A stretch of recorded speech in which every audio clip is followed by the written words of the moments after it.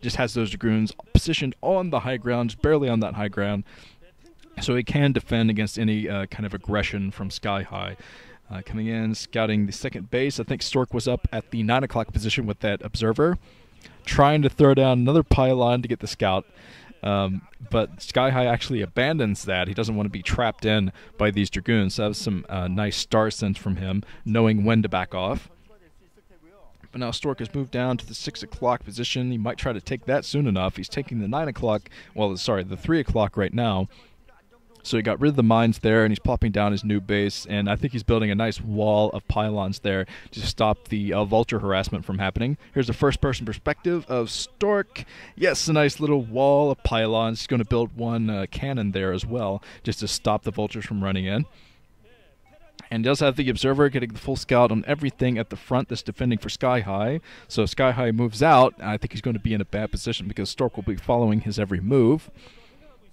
The first Arbiter will be on the way soon enough for Stork, and once he gets some state energy up, I think he will try to break the front, especially with Zealot bombs and stasis at the same time. I think he'll be a formidable force.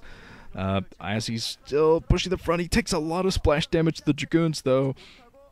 I think he might be pushing his luck a little bit too much. Those mines are very close to the tanks, so they're going to be difficult to take down with the tanks still there in siege mode. So Stork still hovering around the middle. He has his reinforcements coming in, so he could try an attack right now. If he has some speed lots ready to go, I don't see the speed upgrade on the Zealots, and I don't see many Zealots out in the field. As I said, he's a very heavily Dragoon-focused player, which can end up screwing you over if you're not careful about the mines, because Dragoons just pop to like water balloons to mines. Now Stork is making his way to the 9 o'clock position. There's not many defenses there for SkyHigh. At least he knows it's coming now. But the mine clearing up here, there are tanks in position to defend that 9 o'clock, but only a couple of tanks.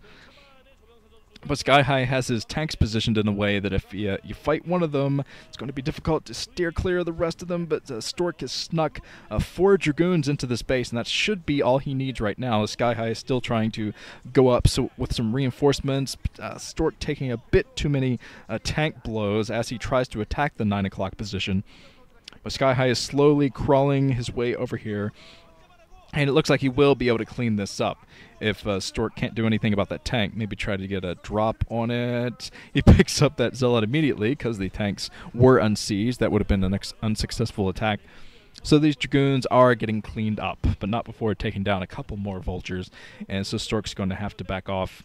SkyHigh is being very quick on the uptake, unsieging his tanks as Stork is coming by, because Stork knows how to do those Zealot bombs. He does very good Zealot bombs, dropping the Zealot on top of the tanks, making the rest of the tanks attack that tank.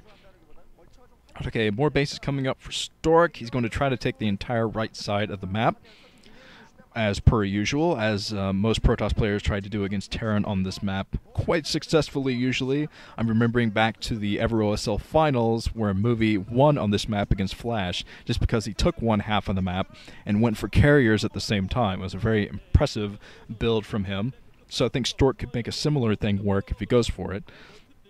But a lot of tanks in. SkyHigh is playing purely defensively right now. He's not even worried about an attack at the moment. So that's giving Stork some breathing room to set up his bases on the right side of the map. But Stork I think he has an observer up at the 10 o'clock position. If that's a shuttle, SkyHigh could be in trouble. If that is a shuttle, getting ready to come back behind the 9 o'clock base.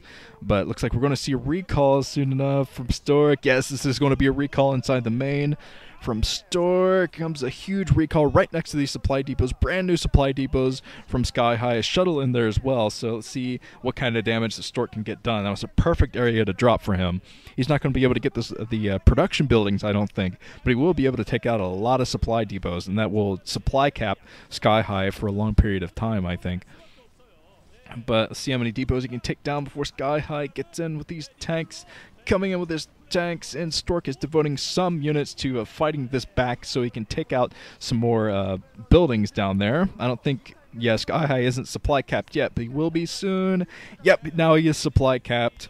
So Stork has gotten his damage done. So I was going to call him Supply High. The SkyHigh has got to build more Supply High depots right now, because almost was supply capped. He was supply capped, but now he's losing so many troops that it's making up for that. He's going to be able to pump some more soon. So I'd say that was a successful attack from Stork. He got some damage done, took out a lot of buildings, and he has a sizable force still inside the middle of the map. As he is macroing up, he's going to take the 2 o'clock base now, and he will have the entire right side of the map. So SkyHigh, if he wants to get something done, he's got to get it done soon, as Stork is establishing that 2 o'clock base. He's got to go out, play aggressively, try to get some damage done. It's going to be pretty difficult to do that, because he's going to have a lot of troops to deal with here, as he was supply capped for a long period of time. He is behind Stork a bit. But okay, Stork, what is he going to do now? Is he going to go for another recall? Quite possible. He went for the recall research first, so now he's probably working on stasis if he doesn't have that done already. Probably has it done right now. So the recall first, and I think he's going to go for the stasis attack right now. It looks like that's what he's doing. He's pushing the front. It's going to be very difficult, though. SkyHigh scanning, trying to get rid of everything here. So Stork is going to try to do some mind dragging right now with these zealots, doing some nice zealot bombs there, taking out 2 tanks, about 2 or 3 tanks with zealot bombs.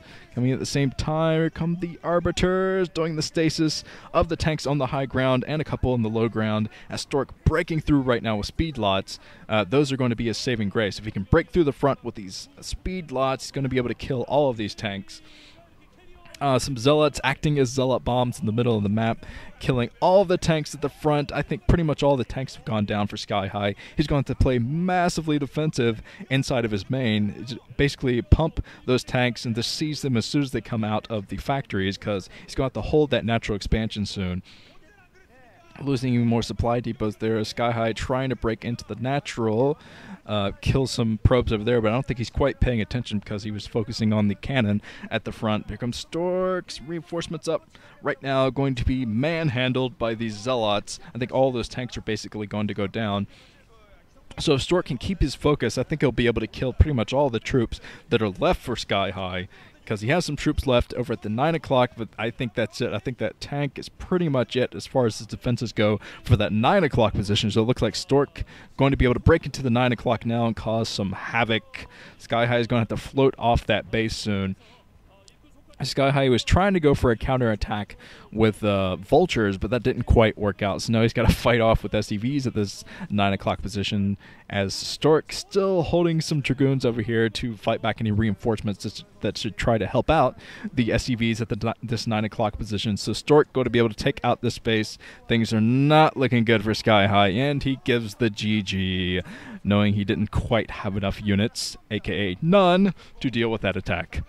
Stork up 1. Woohoo! Looks like I won't have to eat ice cream tonight. But, well, I shouldn't speak so soon. I might jinx him again like I did with the mine earlier. But okay, we're moving on to the second set. Go Stork!